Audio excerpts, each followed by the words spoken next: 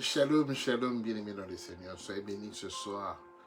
Jésus-Christ est Seigneur. Nous sommes dans la joie de nous revoir encore une fois de plus ce vendredi soir, le 2 août 2024, pour notre live de fin de semaine. Nous voulons dire merci au Seigneur qui nous a gardés et protégés durant toute la semaine et il nous a donné le souffle de vie. Beaucoup sont partis de ce monde.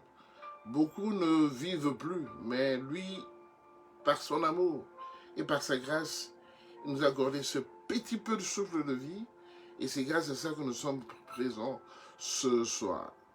Nous voulons prier avant de commencer notre live de ce soir. Tendre Père, nous bénissons ton nom et te rendons grâce, toi le Dieu Tout-Puissant. Merci pour ta présence au milieu de nous, parce que tu as dit que là où 2 ou 3 sont réunis en ton nom, tu es au milieu d'eux. Seigneur, nous abandonnons ce moment entre tes mains.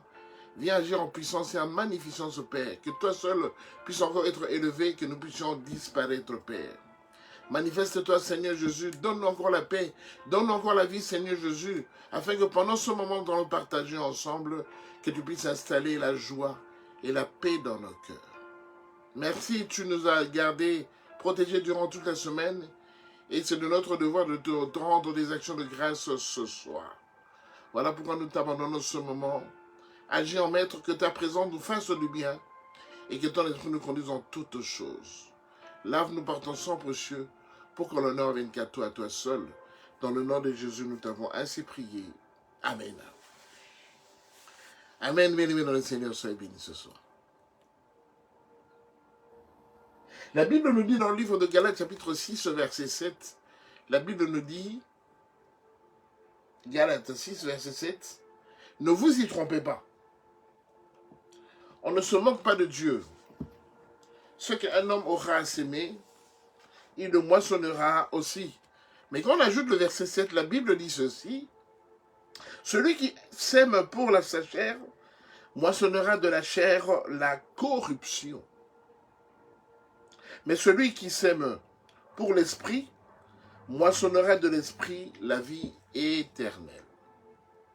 Celui qui sème pour la chair, moissonnera de sa vie la corruption. Mais celui qui sème pour l'esprit, moissonnera de l'esprit la vie éternelle. Donc le Seigneur nous oppose à 2 éléments.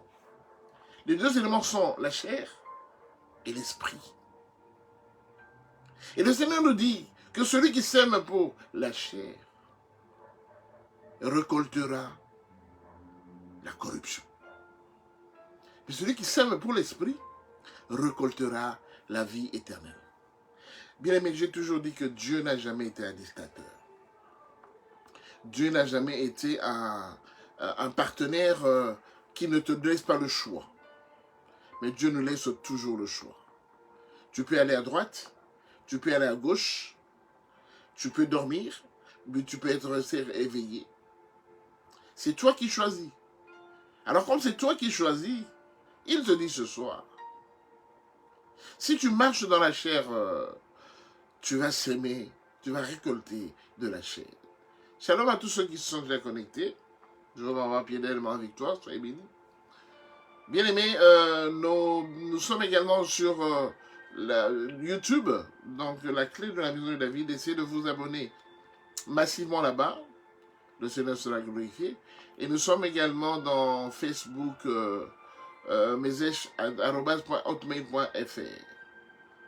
Donc nous avons 2 Facebook, la clé de la maison de David, et puis mesesh@hotmail.fr. Et nous avons TikTok également. Et ensuite nous avons une chaîne YouTube, la clé de la maison de David. Donc essayez de vous abonner là-dessus. Le Seigneur sera glorifié. Donc, pour récolter la vie éternelle, nous devons s'aimer pour l'esprit. Alors, comment s'aimer pour l'esprit? Pour ne pas continuer à s'aimer pour la chair.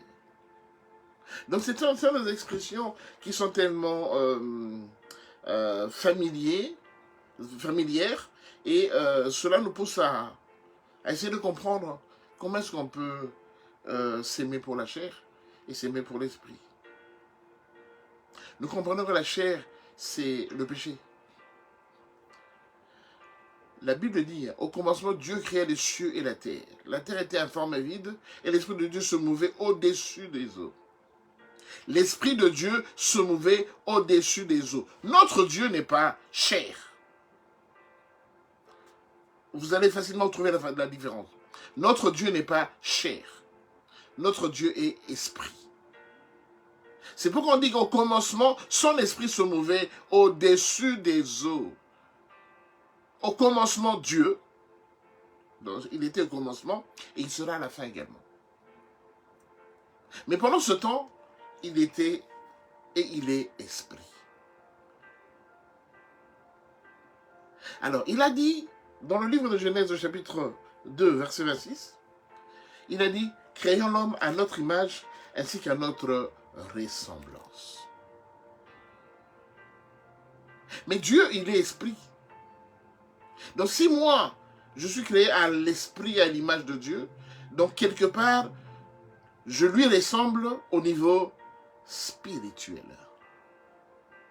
Parce qu'il a dit, il a soufflé un souffle de vie dans mes narines et je deviens un esprit vivifiant. Donc, ce qui est important pour moi, ce qui est important pour toi, c'est l'esprit. Ce n'est pas la chair qui est importante. Alors j'aimerais vraiment baser mon enseignement de ce soir là-dessus. Parce que de toutes les façons, pour que je vive longtemps et que je vive éternellement, j'aurai besoin de l'esprit. J'aurai besoin de s'aimer dans l'esprit.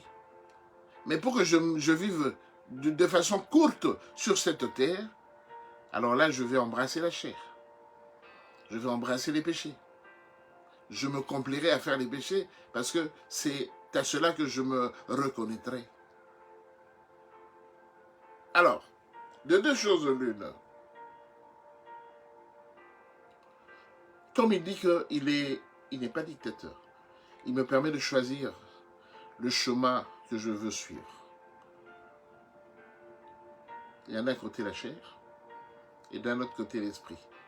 Or lui, quand il m'a créé, lui comme il est toujours, depuis le début de temps, jusqu'à la fin des temps, il sera toujours esprit. Il ne sera jamais chair. Nous avons trois composants dans notre vie. Nous avons la chair, qui se manifeste par le corps charnel, physique. Nous avons l'âme, qui est aussi un domaine de Dieu, qui appartient à Dieu. Et nous avons l'esprit, qui appartient également à Dieu. Parce que c'est lui qui me l'a donné. Or ici, c'est soit la chair, soit l'esprit. Donc autant que je puisse beaucoup plus investir au niveau spirituel dans ma vie pour que je puisse avoir une vie abondante et que je puisse avoir je puisse m'attendre à une vie éternelle. Parce qu'après cette vie sur la terre, cette vie charnelle, nous avons une autre vie, mais cette vie sera spirituelle. Donc tout le monde va passer par là. Personne ne va échapper. Alors comme personne ne va échapper, je sais qu'après ma vie charnelle, je vais continuer à vivre spirituellement. Alors pour que je vive bien spirituellement après ma vie charnelle, je dois beaucoup investir du côté spirituel. C'est ainsi qu'aujourd'hui il nous dit, on ne se moque pas de Dieu. Donc cela veut dire que ceux qui n'investissent pas au niveau spirituel, quelque part, ils se moquent de Dieu. Donc, moi, pour hériter de la vie spirituelle, de la vie éternelle, comme je l'ai dit, je dois beaucoup plus focaliser mes efforts, ma vie, mon attachement avec le Seigneur, comment on dit ça, c'est-à-dire que je dois beaucoup plus développer mes liens d'appartenance, mes liens d'enfant vis-à-vis de son père au niveau spirituel. Voilà pourquoi chez Dieu, ce qui est important, parmi toutes les prières que nous faisons, c'est l'adoration. Parce que quand j'adore le Seigneur, mon esprit se met en contact avec l'esprit de Dieu. quand je me prends une position vraiment pour essayer de parler à Dieu, de voir Dieu, tout ça, c'est au niveau spirituel. Alors, j'ai été interpellé toute cette semaine par le fait que certains de nos collègues, pasteurs, et certains enfants de Dieu, ils adorent beaucoup voir la manifestation spirituelle, mais qui se passe au niveau charnel. Je vais m'expliquer. Jésus avait dit à Pierre, pendant qu'il était en train de régner, pendant sa mission ici sur terre, Jésus avait dit à Pierre, il lui a dit, dans le livre de Matthieu, on va lire, dans le livre de Matthieu, chapitre 3, verset 7, donnez-moi 2 minutes, Matthieu, parce que je ne prends plus vraiment trop les versets, je les lis comme ça. Alors, Matthieu, chapitre 3, verset 7, Jésus dira à Pierre, alors, non, excusez-moi, Jean-Baptiste, excusez-moi, Jean-Baptiste, quand il essayait de voir, quand il faisait son œuvre, il baptisait les gens et tout ça, alors il se dit que à un moment, pendant qu'il était en train de faire son œuvre missionnaire, Jean-Baptiste, voyant venir à son baptême beaucoup de pharisiens et de sadducéens, il leur dit, race de vipères, qui vous a appris à fuir la colère à venir? Il a appelé les sadducéens et les pharisiens race de vipères. C'est vrai que c'était des gens qui n'étaient pas très accrochés à la parole de Dieu. Mais pendant qu'il faisait son œuvre missionnaire, quand il est baptisé, les gens qui venaient vers lui, il verra beaucoup de sadducéens et beaucoup de pharisiens qui s'opposaient à la parole de Dieu, qui venaient maintenant voir comment se passaient les baptêmes qu'il officialisait auprès des gens.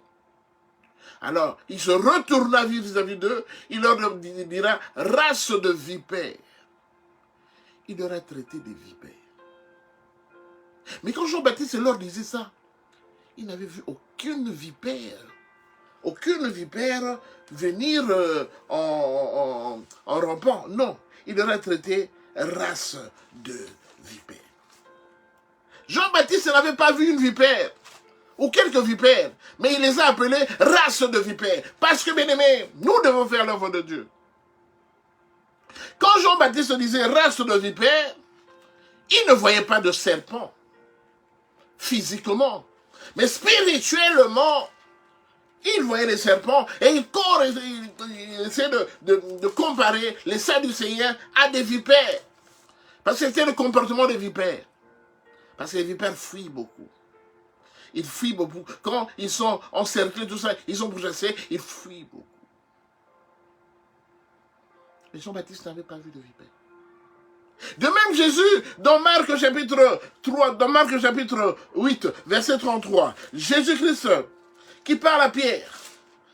Jésus dira à Pierre dans Marc 8, verset 33, il lui dira ceci. Mais Jésus, se retournant et regardant ses disciples, réprimanda Pierre et dit, excusez-moi, réprimanda Pierre et dit,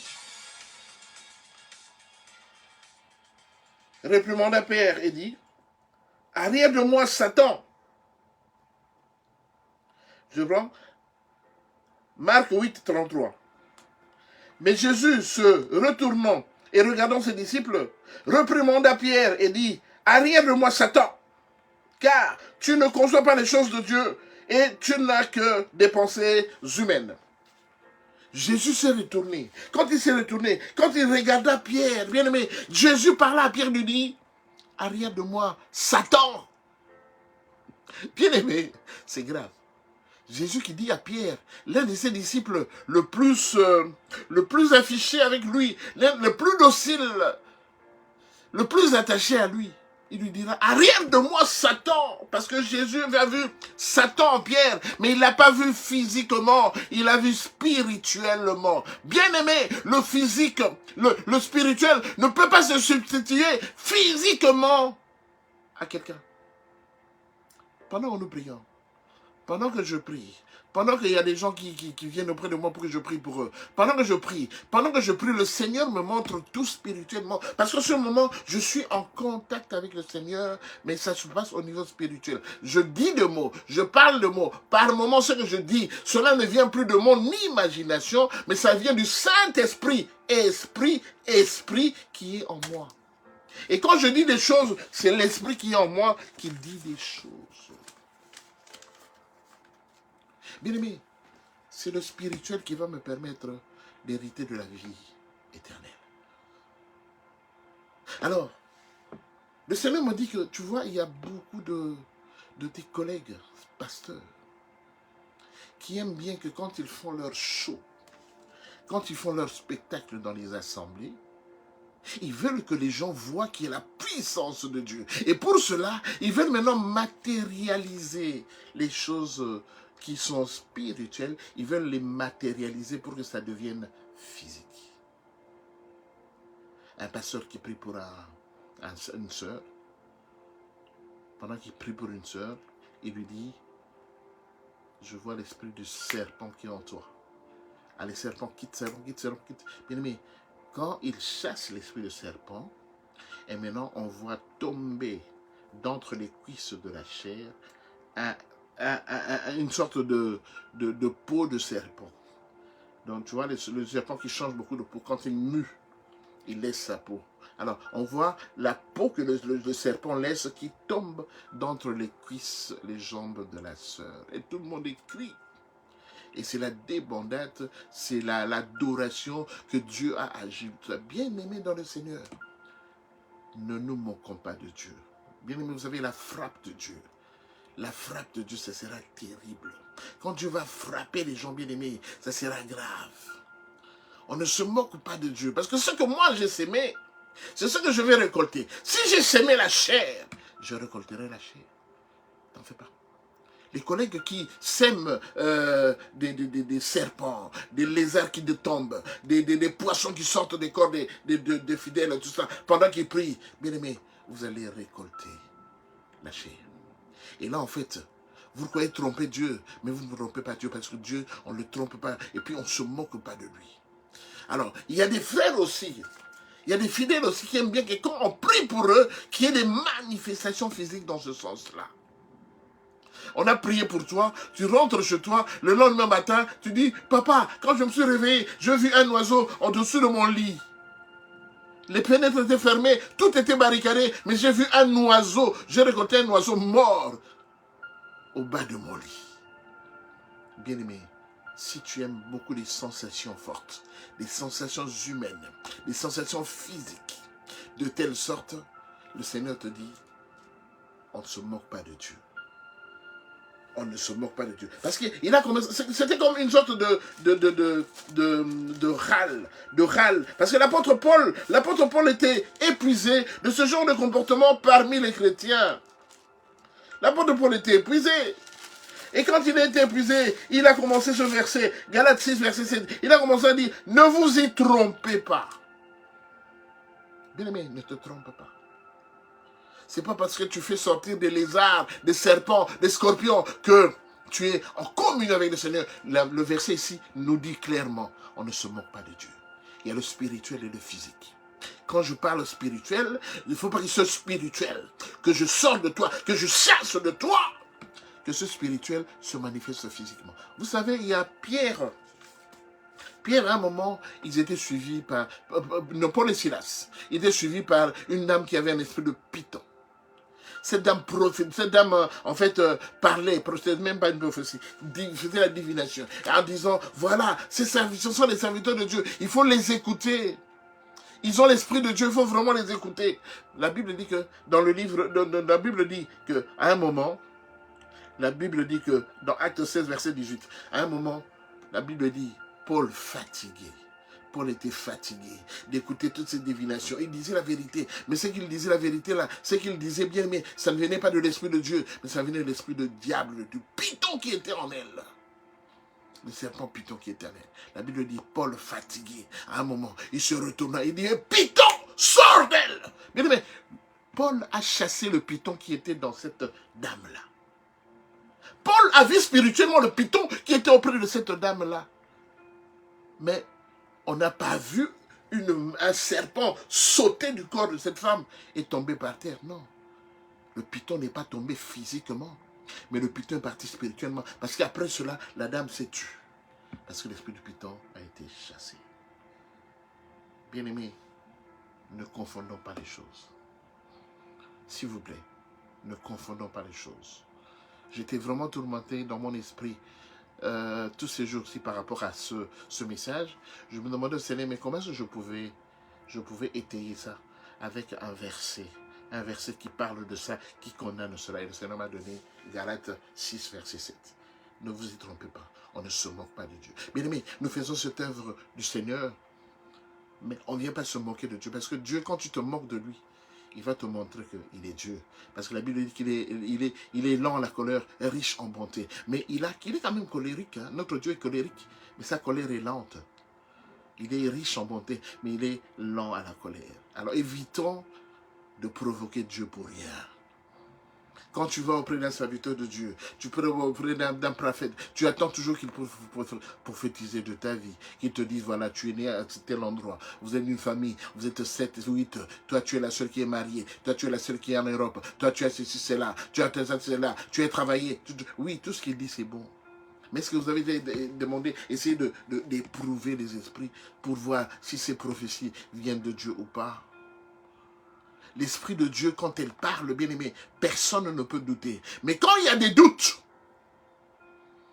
quand il y a un français qui n'est pas clair, il parle en français, mais un français fabriqué de toutes pièces, c'est pas Dieu. Parce que Dieu a créé toutes choses. Dieu a créé la langue, tout ça. Comment que Dieu peut parler avec un français qui claudique? Un français claudiquant. Ça ne peut pas marcher. Bien aimé, sachons éprouver les esprits. Sachez seulement que le Seigneur nous donne, pour cette fin de semaine, il nous donne ce message. Ne vous y trompez pas. On ne se moque pas de Dieu. Ce qu'un homme aura semé, il le moissonnera aussi. Si tu veux être sûr que ta vie éternelle t'attend, eh bien, il faut investir au niveau spirituel. Il faut beaucoup développer les prières, les séances de prière, beaucoup développer des appartenances dans des assemblées. Aller assister à des assemblées, à des cultes, à des séances d'adoration pour adorer le Seigneur ensemble avec les hommes, avec les gens. Adorer chez toi, prier chez toi, vraiment développer les spirituels, le contact, le rapprochement avec le Seigneur spirituellement. Mais évitez de s'aimer pour la chair. De s'aimer pour la chair, parce que si tu s'aimes pour la chair, tu récolteras la corruption. C'est bien écrit, hein? Si tu sèmes pour la chair, tu vas récolter la corruption. Tu vas corrompre, bien aimé. Or, auprès de Dieu, quand tu corromps, le Seigneur te voit déjà que tu n'es pas un bon serviteur de Dieu. Tu n'es pas un vrai serviteur de Dieu. Parce que tu corromps les gens dans tes révélations, même dans les témoignages que tu donnes pendant que tu es en train d'enseigner. Tu corromps les gens, tu fais la corruption. Le Seigneur le voit. Alors, c'est à toi de choisir. La Bible dit que, le Seigneur a dit que, voilà, je mets devant toi le bien et le mal, mais je te conseille de choisir le bien.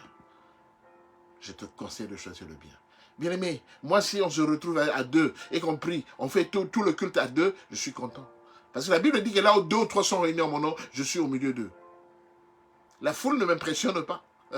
La foule ne m'impressionne pas. Parce que souvent dans la foule, il y a aussi beaucoup de choses. Je crois que je vous ai déjà enseigné par rapport à la foule. La foule n'est pas impressionnante. Parce que dans la foule, il y a beaucoup de distraits. Dans la foule, il y a beaucoup de gens qui viennent seulement pour qu'on puisse les voir, qui se mettent à l'honneur, qu'on voit qu'il était là. Mais dans la foule, il y a très peu qui viennent vraiment rechercher l'Esprit de Dieu. Je condamne personne, je critique personne, mais par rapport à l'enseignement d'aujourd'hui, le Seigneur nous recommande d'investir au niveau spirituel. Parce que celui qui n'investit pas au niveau spirituel, il aura beaucoup de difficultés après cette vie. Parce qu'après cette vie charnelle, il y a une autre vie spirituelle qui nous attend. Et c'est cette vie-là, ce sera la vie éternelle. Donc pour avoir une bonne vie éternelle, où tu seras au paradis, avec des anges qui sont en train de te servir, où il y aura adoration sur adoration, il y aura la paix, la joie, dans ce côté-là, eh bien il faut commencer à l'investir pendant qu'on est sur cette terre. Parce que le Seigneur jugera en temps opportun ceux de lui ou ceux qui ne sont pas pour lui. Je vais prier pour toi ce soir, pour que réellement que l'Esprit de Dieu puisse t'accaparer, te saisir, pour que te pousser à rechercher le spirituel. C'est ça qui est important.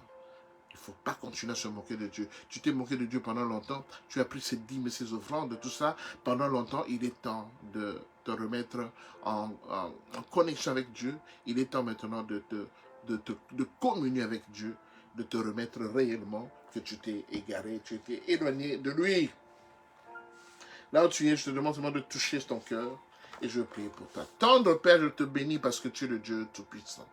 Merci Seigneur parce qu'il t'a plu que ce soir que tu puisses nous rappeler qu'on ne se moque pas de toi Seigneur. Parce que tu nous as montré que ce que j'aurais sémé, c'est ce que je vais récolter Seigneur. Père, si je suis en vie, si aujourd'hui je te connais Père de gloire en partie, c'est parce que tu as permis que je puisse savoir que sans toi, je suis voué à rien. Sans toi, je ne suis pas appelé à faire quoi que ce soit sur cette terre. Parce qu'après cette vie sur cette terre, Père, il y a une autre vie, Père de loi, qui nous attend. Et c'est celle-là qui va déterminer l'éternité bonne ou l'éternité mauvaise qui nous attend.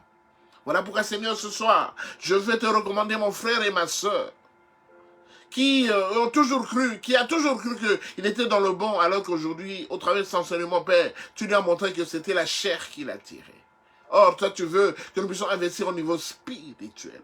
Seigneur, laisse que à partir de ce soir, que mon frère et ma soeur, Père de gloire, puissent revenir auprès de toi et qu'ils puissent vraiment se mettre en contact avec toi pour s'orienter vers le spirituel, Seigneur.